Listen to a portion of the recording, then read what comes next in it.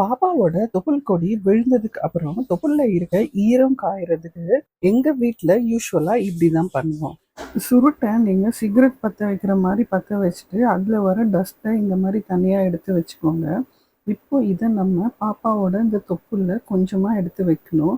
இது ஈரமா இருக்க தொப்புள் மேல எடுத்து வச்சுட்டு அந்த டஸ்ட்டை நம்ம அப்படியே வச்சுட்டு நெக்ஸ்ட் ஒரு துணி எடுத்து, ஒரு காட்டன் துணி எடுத்து அது மேலே அப்படியே கட்டிட வேண்டியதான். இந்த மாதிரி நீங்கள் குளிச்சதுக்கு அப்புறம் ஒரு ட்வைஸ் இல்லைன்னா த்ரைஸ் பண்ணீங்க அப்படின்னா இந்த அம்பிளிக்கல் கார்டு, இந்த தொப்புள் கொடி நல்லாவே க்ளோஸ் ஆகிடும். 3 டைம்ஸ்க்கு மேலே வச்சும் உங்களுக்கு க்ளோஸ் ஆகலை அப்படின்னா நீங்கள் இன்னும் ஒரு 2 வாட்டி கூட வைக்கலாம்.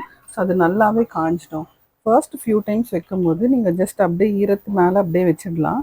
ஆயில் கூட அப்ளை பண்ணிக்கலாம். ஏன்னா நம்மளுக்கு தொப்புள் கொடி விழுந்ததுக்கு அப்புறம் புண்ணு வர அந்த இடம் காயாம புண்ணு ஆயிடலாம். இது ஒரு சுருட்டு மெத்தட் எங்க ஃபேமிலியில எல்லா பேபிக்கும் பண்ணிருக்கோம். இது ஒரு ட்ரெடிஷ்னல் பிராக்டிஸ் தான், பட் எனக்கு பர்சனலி ரொம்ப யூஸ்ஃபுல்லா இருந்தது. நீங்க உங்க பேபிக்கு என்ன பண்ணிருக்கீங்கன்னு கமெண்ட்ல சொல்லுங்க.